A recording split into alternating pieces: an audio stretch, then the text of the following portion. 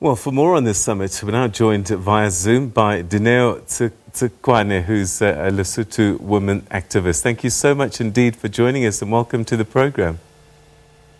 Thank you so much, Peter. Hello, Dumelang, Saulibona.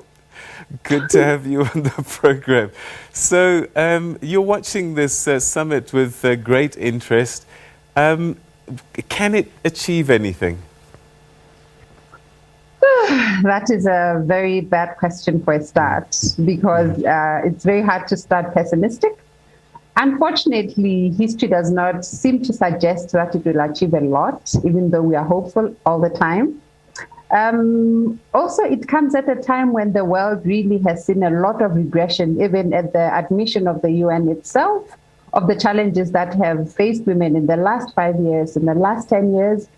So I'm hoping that it will achieve a lot, but realistically speaking, also looking at the COVID situation worldwide, I honestly am not so hopeful. But I suppose in many ways that you have conferences of this nature with presidential, sort of overlooking it, is an important thing, because it wasn't that long ago that you wouldn't even have dedicated conversations around these issues. Yeah, that's very true. And actually to have President Macron himself declare himself as a feminist was very affirming for a young African feminist like myself. So to be quite honest, when it comes to leadership and in terms of clearance and the attention that it has received, props to the UN. This is a momentous occasion. But I think what would be even more meaningful is if we were to see tangible and realistic deliverable goals to say this is exactly what we'll do. Yes, we have seen the commitment to have much more funding for women empowerment and feminism. But you see, we're still talking about feminism as if there's only one strand of feminism, whereas even as Africans, we have different feminisms.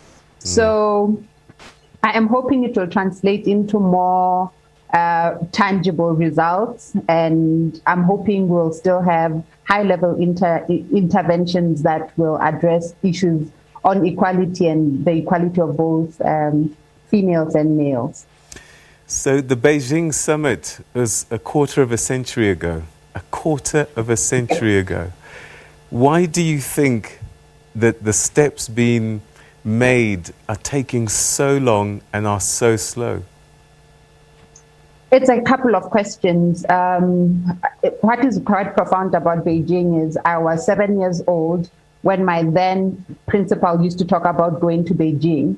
So a usual thing that is said in Lesotho is we did not go to Beijing for this, if someone wants to say they feel ill-treated. I think there's a couple of issues. First of all is the system was never created for both genders to be equal. That's a fact that we need to acknowledge. We are struggling to exist in a system that at its inception was never intended for us to thrive. So for us to undo what has to be undone, for patriarchy to give way for equality, it will require a lot more than just lip service, first. Secondly, thirdly, we need to address what culture and borrowed norms of colonization has brought into what we now have inculcated and accepted as cultures. So for us to merely look at 25 years and say it has achieved nothing would also be an understatement, because if you have someone like me at my age who's well aware of the errors in the system, says there is a bit of information that has been disseminated. But what is more important is for us to ask questions. Would our children in the next 25 years be talking about Paris as a 25 years ago summit, but my daughter still struggling with being, for instance, widowed in an African state where she's being disinherited, where she is purely unworthy of inheritance just because she has XX chromosomes? So I think the real question would be, what then? Yes, it was 25 years ago, what then? Because the population of men and women has stayed the same. Despite the fact that there's 50% of females in this world, we still have only a quarter of women in parliament, a quarter of women making decisions, a quarter of women making decisions around climate change. And yet we are the most affected by all these poverty, extreme climate conditions, inequality of any sort. When you talk about inequality of genders, racism, Black women are the bottom tier. So honestly, instead of just seeing beautiful words, I think it's time we start saying, who do we need to engage at this point to see meaningful implementation? All right, there's one area that I want to chat a bit more about, and one, as a Black woman in Africa, you'd relate to. The Black woman on the continent has to deal with a lot of culture issues, and also religion sometimes plays a hand in the patriarchy that you started to describe. How do we get over that? Because until society changes that, it's unlikely that we'll see a hurry to get equality in the workplace and other areas, because you get this attitude where you can be a big shot at work, but as soon as you come home and cross that door, you're a woman and you know your place. That's very true. And actually, what you might not know is I recently lost my husband. So I recently was widowed. Not only am I female and Black and African, but now I've added being a widow. What I have experienced in the last 2 months is it does not matter how well spoken, articulate, powerful, astronomical you are to the world. At the bottom of it all, you're still women and minor. And you still have to take and listen and accept.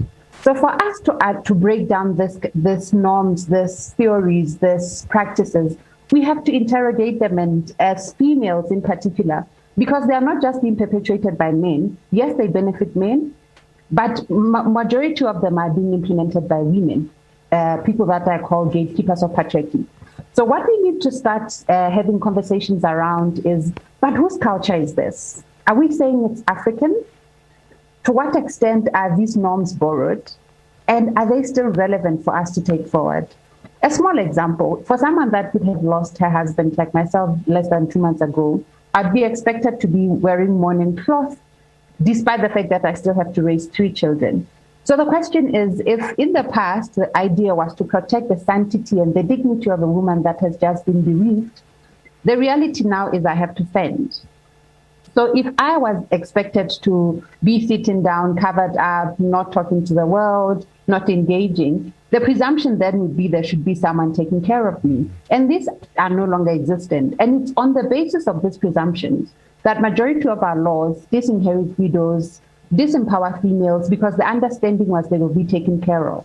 So now that we are at this point where religion has also jumped in to sort of sanctify some of these patriarchal values, the question is, can't we look at the beneficiaries? Who are the beneficiaries of these practices? Men. Who are the perpetuators of this activities? Majority men, but also females.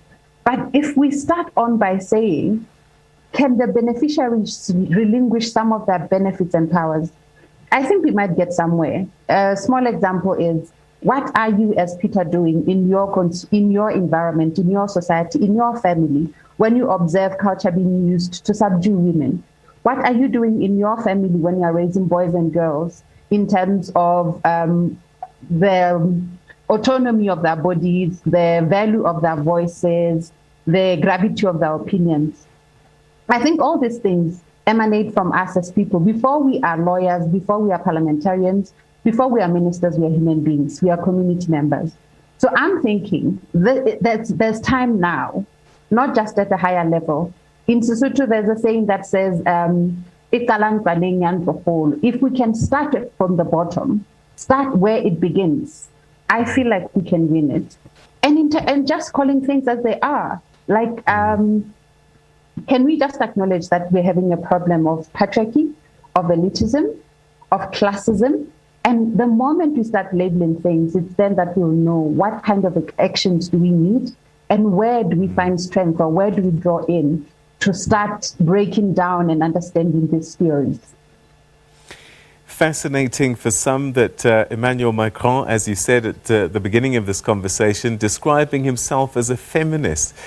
And I guess this word over time is evolving as the issues around women's rights, equality of the sexes have changed over time. What does it mean to be a feminist in 2021? I'll talk of African feminisms because I identify as an African feminist. To be an African feminist in 2021 is to believe in the equality of all genders, to believe that gender is fluid and that all our struggles are intersectional, to believe and to support the non-binary labeling of human beings and allowing human beings to be as they want to be. Because quite honestly, it's barbaric that we still ascribe gender as a way of describing people. In your whole passport, where you can see my ears, my eyes, my nose, and my forehead, if you are going to try and label me purely by what lies between my pants, hidden in my underwear and my pants, is quite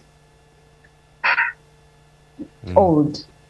Can't we find better ways of ascribing people? So for me, in 2021, as an African feminist, feminism is about equality, is about accepting and acknowledging the inherent dignity in all human beings and according them equal respect, irrespective of how they choose to be called, how they want to be addressed, and who they want to be to the world.